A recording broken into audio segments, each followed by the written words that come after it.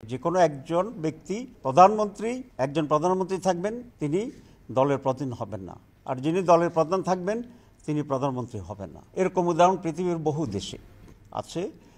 আমাদের পাশের দেশ যে ভারত, সেই ভারতে তো এটা বারবারই প্র্যাকটিস। আপনারা জানেন, সোনিয়া গান্ধী যখন কংগ্রেসের সভাপতি, তখন মনমোহন সিং ছিল রাষ্ট্রের প্রধানমন্ত্রী।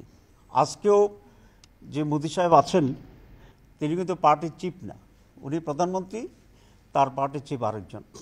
আপনি যদি আমেরিকাকে দেখেন, তাহলে আমেরিকার যিনি প্রেসিডেন্ট আজকে, তিনি কিন্তু রিপাবলিকান দলের প্রধান না।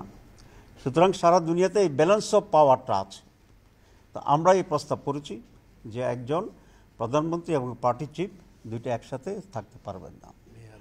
গত মিটিংয়েও আমরা কিছুটা ইঙ্গিত দিয়েছিলাম, আজকে এটাকে আমরা আরও ইন্টেন্সিফাই করেছি এবং এটাকে আমরা খুব ক্লিয়ারলি আজকে আলোচনা করেছি।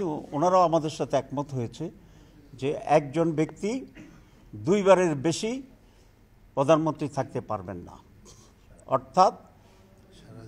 অর্থাৎ তিনি 10 বছরের বেশি কোনো ব্যক্তি প্রধানমন্ত্রীর পদে অধিষ্ঠিত হতে পারবেন না সমগ্র জীবনের ভিতরেই।